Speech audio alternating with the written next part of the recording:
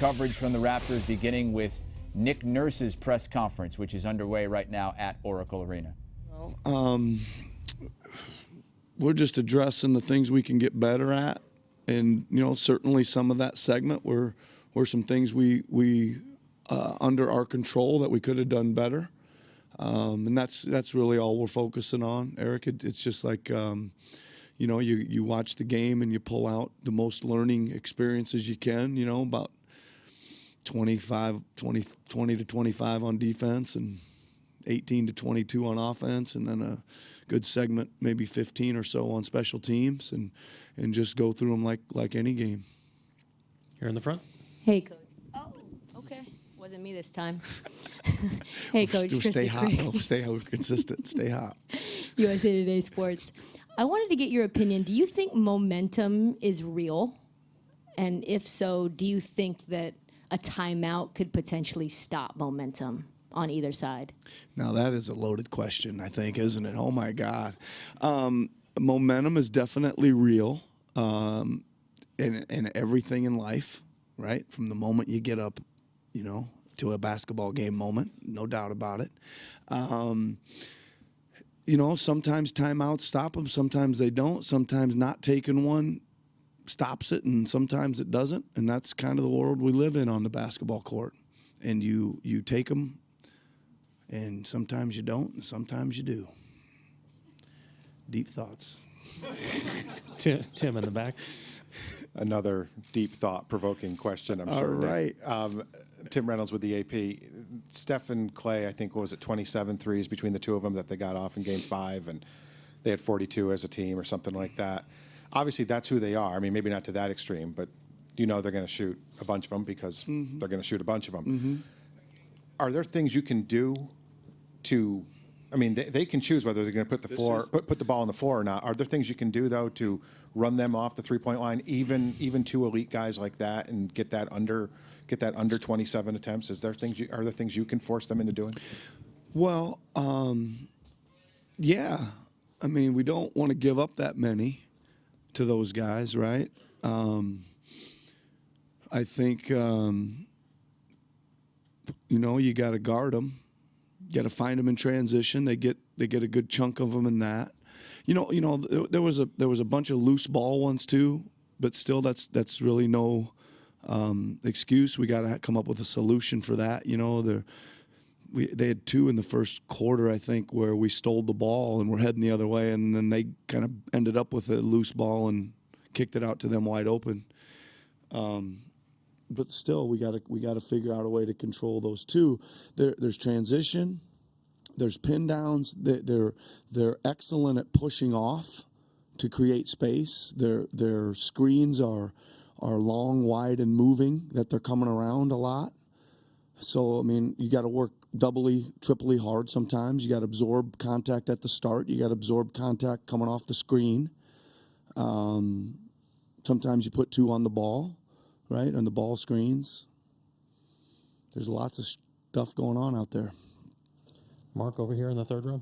But we do need to do better. Nick, Mark Schwartz, ESPN. Hi, Mark. Watching Kawhi operate the last month, you get the impression that he's just so cold-blooded. What makes him that way, and what's it like to witness it and be part of it? Well, I don't know what makes him that way. Probably, again, not basketball-related things. Probably the way he was raised or the environment he grew up in, right? He's certainly tough, strong, and composed. And it's just, again, it continues to be from the first preseason game to now, it continues to be interesting to just watch this guy do what he does. It's like, without a doubt, the best thing about this thing is that somehow I wound up on the sideline getting to watch this guy play up close, and it's really cool. Dan? Nick, Dan Wicke with the Los Angeles Times. Now that Kevin is out of this series, we know we won't see sort of the death lineup or whatever nickname you want to give sort of the Draymond at center. We won't see that again this year, maybe not ever again. What do you think that lineup's impact is on the game in terms of the move towards positionless basketball? And and how much, I don't know if easier is the right word, but it is to prepare for not having to face that lineup. Well, their impact on it, I think, goes back, a little bit to all the switching that they just pretty much switch everything, and that that really, again, that really wasn't that common to be able to come out and just switch every time somebody set a ball screen or a down screen or a DHO or whatever screen, and just switch and keep every player in front of you. And not really have to ever put two on the ball because they're, all pretty good defenders. So I think that's the biggest impact it probably had on the game. I think a lot more teams do a lot more switching since they started doing that. And again, we can only prepare for the guys that are out there and what they're going to do. We don't know that they can't still find a lineup with Draymond at the 5, right? We just got to kind of prepare for all possibilities. Michael towards the center. Nick, Michael Grange from Sportsnet. That game 5, did that loss hit you any harder just because of how close, the goal was in sight? And you mentioned after the game the decision around the timeout with 3 minutes and talking of momentum and stuff. Did you revisit that at all? And what did you take away from it? Did it hit me any harder? Not really. They all hit you hard, right? Listen, I'm like anybody that was there and understands the outcome of that one changes things a little bit. But I'll say this: I'm absolutely thrilled to be coaching in another finals game. This is awesome, right? Yeah, I mean, Michael, like all these things, when you look back on them, every single thing you do, if it doesn't turn out right, you wish you would have called another play or had somebody else in or got somebody else a shot or et cetera. I think if you remove that from it and you watch it, we ran a great play out of the timeout where Gasol absolutely got clobbered for a no call. Kyle had a wide open 3 with minute 40 to go. I mean, we ran some nice stuff and got exactly what we wanted, right? I'm not sure that timeout had anything to do with about 14 plays after that. Maybe it did. Maybe it didn't. Last 2 questions. Steve in the back and then over here in the middle. Nick, Steve Simmons, Toronto Sun. This has been a highly unusual series in that the road team has won the last 4 games, and if you win tomorrow, it'll be 5 in a row. Why has the road team had so much success in this series? Well, for some reason, I think both teams are really good road teams and have been all season. That's one thing. Two really tough-minded teams playing, and you got to be a little more tough-minded, on the road. And I think, I think a lot of those games probably could have went either way, but the momentum changed, and whoever ended up winning them. Last one in the third row. Hi, Julie Jag with the Santa Cruz Sentinel. I'm going to ask you a little bit about. I spent the morning talking to Ryan Atkinson, who you know from your days back Santa at RGV. Cruz, man. Yeah, I love it. What was it like working with him? And then also, did you feel like that being in RGV in the finals over Santa Cruz, then over the Warriors, was any kind of a harbinger for this series? And also, what did you learn from the G League that prepared you for the finals here? Okay, first of all, Ryan is a great dude. Loved every day with him. Right, he was a super hard worker, and he started kind of as an intern for us at RGV, but he always wanted to get into the management side of things. So I remember having a lot of meetings with him about player personnel in my office. But a really good worker who's climbing his way up the ladder. Really enjoyed the series, Rio Grande Valley versus Santa Cruz. My current assistant coach, Nate Bjorkren, who was my assistant coach for 4 years at the Iowa Energy, was the head coach at Santa Cruz. One of my closest friends, so that was fun to go against him and beat him. It was really fun. What else? There was a packed house in Santa Cruz that night. It was jumping. It was jumping. It was good. And I think that was the first day. The day we played Santa Cruz was the first time I got a call from the Raptors that morning about possibly coming up to talk some offense with them. So remember the day well. Yep. Back live on CBS Sports HQ. News of the day, Kevin Durant, torn Achilles, underwent successful surgery today. The Raptors are meeting the media live at Oracle Arena ahead of tomorrow night's Game 6. This is Mark Schwartz asking Kyle Lowry a question. All I can think of when I think of Kawhi Leonard is this guy's a beast. Discuss. It's a good one. I mean, I think he's been able to show his full repertoire this whole season. And the playoffs has kind of made it even more of a, bigger stage. And, through the regular season, he's had big games like this before, but he hasn't played the minutes. So, you give him more minutes, you give him more shots, you give him more touches, you give him more time to be on the floor. I think he's the best two-way basketball player in the NBA. He just goes. And, I've seen some stuff from him this year that just, you say, wow. I mean, you say, wow, and you appreciate the work that he's put in. He works extremely hard at his game and works extremely hard on his body, and he loves this basketball thing, loves it. What are some of the things that made you say, wow? Just being able to, I didn't know, he was such a great shooter. I didn't know he was such a great, he's this year alone. You say, wow, because he's gotten even better of a playmaker. Right, early in the year, but then throughout the season, he's become a better playmaker. And he'll have games where 12 rebounds, 15 rebounds. I think it was one game. I don't know if it was I don't know what it was. He was like 30, and 15 rebounds, something like that. I mean, you just say, God, Jesus, that's a crazy stat line for a guy like that. I mean, he just does it on both ends. Tim in the back left. Kyle, Tim Reynolds with the AP. You're still in control of the series. You're still up 3-2. You still have 2 more chances at this thing. What has the mood been like the last 48 hours, and how quickly did it take, or how long did it take to get over that you were right there, that they had a shot of it the other night? Stay in the moment. We didn't finish the game out. We all sat back. We watched the film today. I got out here, got better. Now we're going to go out here and get a little practice in, talk to you guys, and prepare for the next game. We understand that the moment is the moment, but we still staying in it. And we're not too up, we're not too down. We're just one game. Hey, we lost it. Now we got to move on to the next one. Over on the far right. Alvaro Martini, ESPN. Road teams are 4-1 in the finals. When you look at the splits for both Toronto and Golden State, they're shooting better overall. They're markedly shooting better from 3. And they have more assists on the road than at home.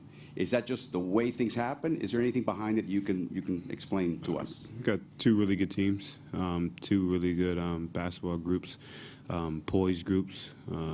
For us, we just go out there and we try to play our game the same way, no matter home or on the road. We understand on the road we got to be even more better because of the situation. But for us, as a group, we just go in there and we stay focused and stay locked in on that moment of being in the road and being together. Over in the 4th row in the center, the microphone. Guido Padilla, Filter the show. Kyle, I want you to talk about the mental part of the game, because there's a lot of talk about strategies from back and forth. But mentally, especially when the moments switch sometimes, especially in the Game 5 that you guys had the opportunity to win at home, and then that switch plus the KD brings a little spirit to the Golden State Warriors. Can you talk about how you prepare mentally to overcome the spirit of the Warriors? We just go out there and do our job. We're a professional basketball team. We've been in the same situation. We've been the same team all year. We don't get too up. We don't get too down. We live in the moment. We understand that today is today, and tomorrow will be another, test for our group. We'll be in a row. We'll be against a team, that'll be ready to go. But, we'll be ready to play, too. Robert, next row back. Robert Littal, BSO. Obviously, the ultimate goal is to win a championship, but how satisfying would it be to be able to win a championship and close down their building at the same time? Yeah, get there when you get there. Right now, we're just focusing on how we continue to get better. Tomorrow will be a tough task, and we'll be ready to go. We'll be ready to play basketball. 48 minutes on that hardwood, and go out there and do our jobs and play extremely hard. Next question over here on the aisle. Sandeep Chanak with Yahoo Sports. Kyle, the last game, Steph and Clay got up combined 27 threes. A lot of them were open looks, too. I think they made about 12. What can you guys do tomorrow night to make sure it's more difficult for them? Stay locked in. I think they got loose last game, and those guys are going to get off shots. They're going to get up their attempts. They're going to make shots, but you got to make them a little bit tougher sometimes. But we had some loose ball. They got a couple of loose ball offensive rebounds, transition breakdowns. Listen, you're not going to stop them from shooting threes, but you can make them a little bit tougher and try to contest them better. But there's a lot of things that we learned from that film that we feel like we could do a better job of. Towards the center. Kyle Palantunas, ESPN Brazil. You recently spoke to the chemistry of the team and how Nick Nurse maybe yelled at you guys maybe twice all year. Have you had a coach quite like him with that calmness? And what do you think that's done for the team? I have. Rick Adelman. Very similar. Never yelled, really, never really talked. Great coach. I think what Nick has done is kind of, keep the mentality of our team the same, right? He doesn't get too up, he doesn't get too down. He yelled at us literally, I think, twice this year. That kind of just attests to, his confidence in who he is as a coach, who we are as a team, how he believes in us. And just go out there and, we are all grown men, and, he talked to us as grown men, and we, do our jobs and come in and work, and we be ready to go. Michael towards the center. Kyle, Michael Grange from Sportsnet. When you're guarding Clay or Steph, or getting in an action where you're going to have to pick up Clay or Steph down the stretch, like in Game 5, is the approach a little different because it's them? Like, how much more of an awareness do you have to take because of the guys who have the ball? It's all game. It ain't just down the stretch. You got to be aware when they're on the floor. You got to be aware of them. I mean, they're probably two of the top, all-time shooters in the game of basketball. So when they step on the floor, first quarter, second quarter, third quarter, you got to be aware of them at all times. All right. Thank you, Kyle. Thank you. That was Kyle Lowry, and these are the stats for players not named Kawhi Leonard wearing a Raptors uniform in this NBA Finals. And Lowry, the third leading scorer on the team behind Kawhi Leonard and Pascal Siakam, who's averaging nearly 19 points per game this season. Speaking of players named Kawhi Leonard, this one is addressing the media right now at Oracle Arena ahead of tomorrow night's Game 6. Mark, first question here on the left side. Kawhi, Mark Schwartz, ESPN. When did you first understand about yourself that you were kind of built for a moment like this to lead a team like this at the highest level against the greatest competition? I don't know. I mean, it really just doesn't come to my head. It's just about going through a season, just being able to, be the best player on your team or one of the best players. And, once you keep, going, reaching, the steps and getting to the next round of the playoffs or just making it to the playoffs, I guess, my mindset is just to keep playing and, just wanting to win throughout the season. That's you coming in the playoffs with the same mindset. Want to win. I want to win today's game. I want to win today's game. And I feel like, just having that carryover pretty much helps me or helps your team or players that get in this position. Kawhi on your right, third row. Tom Haverster, NBC Sports. Kawhi, you said if you weren't playing basketball, you would be doing something with math, maybe business. I'm wondering if you had a favorite subject in math growing up, and if you had a teacher that especially meant a lot to you growing up and honing that. No, I don't. I can't remember really any teachers' names. Just really like math class more than any of my other classes, than like English or history and things like that. I guess it just made more sense to me to use in everyday life. Right here. Sandy Chanak with Yahoo Sports. Kawhi, before you were in here, Kyle was in here, and he said that you're the best two-way player in the league right now. He also went on to say that, until you got to Toronto, he didn't know how good of a shooter you were, and that, when he saw you putting up these monster stat lines throughout the season, it really, wowed him. So what is it like for you to hear him say that? I mean, it's great, to have teammates on your team that have confidence in you. And it helps you, gives you an extra drive, an extra push to be better. And, when you play or don't play with someone, you can see how good or, not good they are, once you're on their team. And, I guess he's seeing it now. Fourth row on the right, Davide. Kawhi, Davide Chinellato, Gazzetta Italy. What do you think is the most important lesson your team has to learn from Game 5? Just from any other game, just look at our mistakes, try not to make them again, and go out there in the next game and, just play with each other, have one focus and, one goal, and, try to win it out. Gary on the left side on the aisle over here. Kawhi, Gary Washington, Boston Globe. You've been through some tragedy, some hardships growing up. You just kept moving on. And how has what you've gone through in the past, losing your dad, things like that, motivated you to be here today, to be one of the top players in the NBA? And do you think of those times a lot? Growing, once it happened, I, thought about it a lot. But as I get older, I just pretty much really stopped thinking about it. But I think it just gave me a sense of feel that life and basketball are two different things, and just really enjoy your time and moments. And like I always say, just this is basketball. Just go out there and have fun. These are going to be the best years of my life playing this game. And being 27 is this young, you shouldn't be stressing in life. About things that really don't matter. As long as your family's healthy, you're able to see the people that you love, and you're able to, walk and run. You're not injured. So all those things are accountable.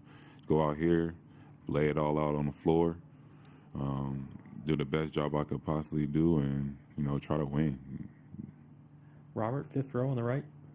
Kawhi, Robert Littell, BSO. You talked a little bit after Game 5 about the mental aspect of coming back from an injury. We just found out that Kevin Durant did indeed rupture his Achilles, and he was speaking about that. Can you just expand a little bit about the mental part of, dealing with a serious injury, and what piece of advice would you like to give to Kevin Durant as he goes through that journey? Just from my own experience, just could talk from, what I've been through.